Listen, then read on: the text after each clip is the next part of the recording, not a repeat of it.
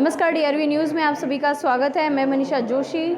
हम इस वक्त मौजूद हैं मुंबई के फोर्ट में, जहां पर नागालैंड पीपल्स ह्यूमन राइट्स के लिए उनकी कुछ मांगे हैं। उन्होंने अपनी मांगे यहाँ पर जनता के सामने रखी है। भारत सरकार से उनकी कुछ मांगे। आइए हम बातचीत करते हैं आज के मीटिंग के आयोजकों से।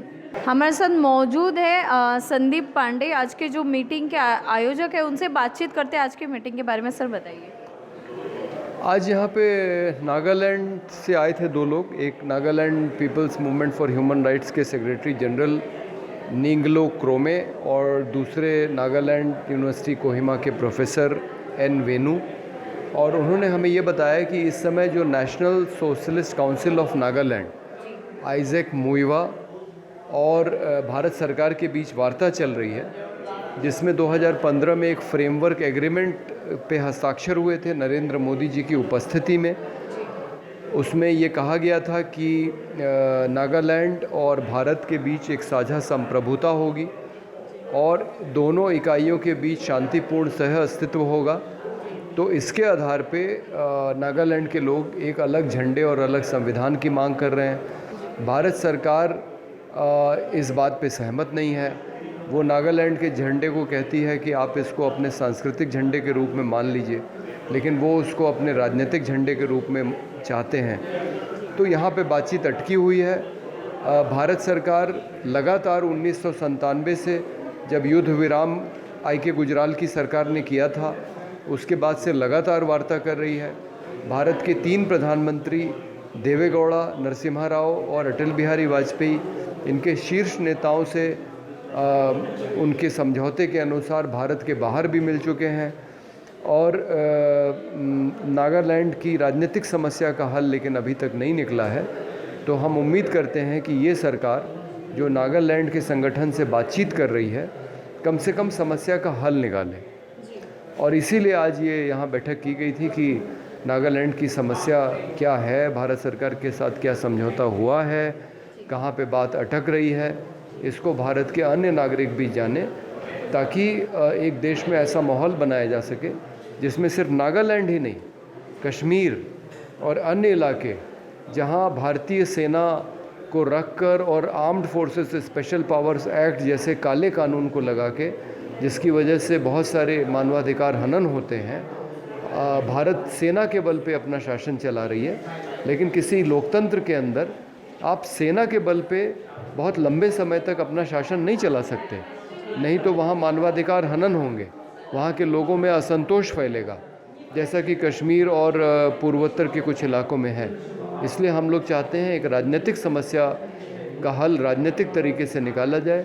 हमारे साथ मौजूद है आज के कार्यक्रम के मॉडरेटर फिरोज़ जी। आइए उनसे बातचीत करते हैं आज के कार्यक्रम के बारे में, आज के मुद्दे के बारे में। वो हमें बहुत कुछ बताने वाले हैं। सर बताइए आज के मुद्दे के बारे में।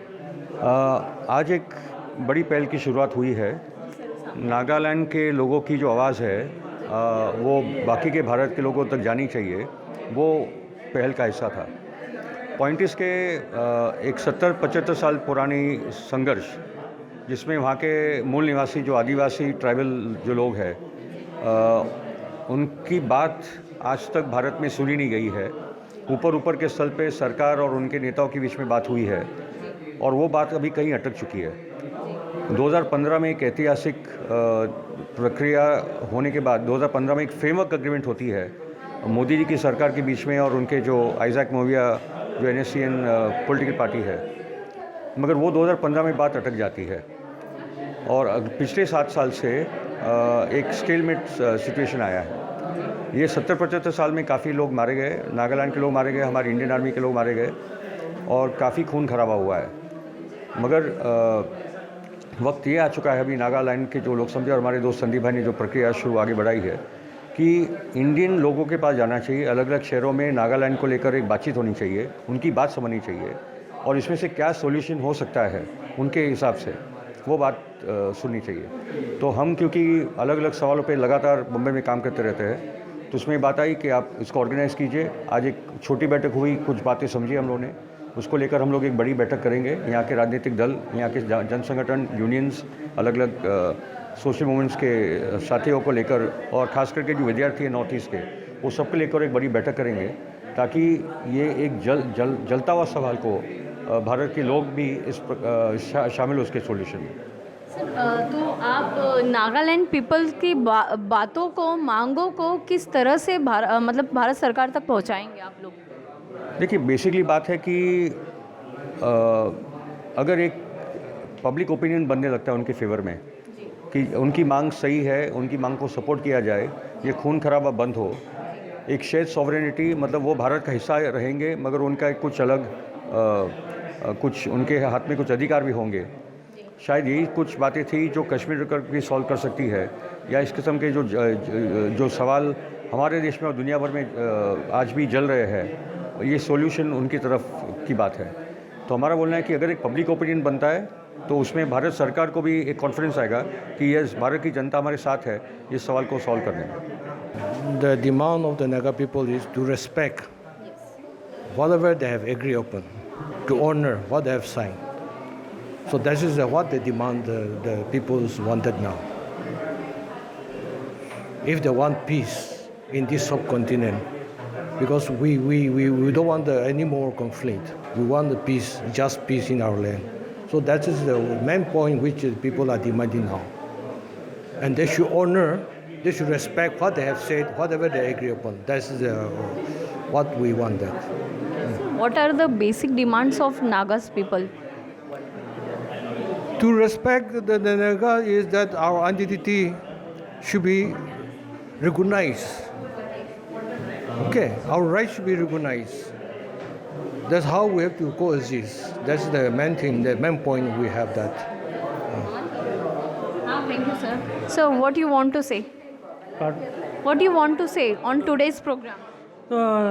We are very grateful that the people here in Bombay have enabled us to come and share our story, because for so long there has been conflict, there has been interpretations of our movement in different forms. Many people think that the Naga struggle is a very violent struggle and anti-India and things like that. But whereas the true story is, if people hear the true story, it is just the other way around. We have just fought back to survive as a people, as a human being. So this program has enabled us to reach out to people in India, that we are not enemies, we are friends, we are brothers and sisters, and that whatever problem is there must be solved through peaceful means, and that for the last 25 years peace negotiation has gone on, and there has been a lot of breakthrough. And so this breakthrough should not be made useless. They must, government of India or the Naga people, whatever breakthrough has been made in the peace process, they must bring this to full realization in its word. तो सुना आपने, यहाँ पर हमने बातचीत किया नागालैंड के people से जो यहाँ पर आए थे आज के मीटिंग में, उनकी क्या कुछ मांगे थी, और आज के कार्यक्रम के आयोजकों से कि क्या कुछ मुद्दा उन्होंने नागालैंड के पीपल की तरफ से आज क्या कुछ मुद्दा सामने रखा गया जनता के सामने। DRV news Mumbai.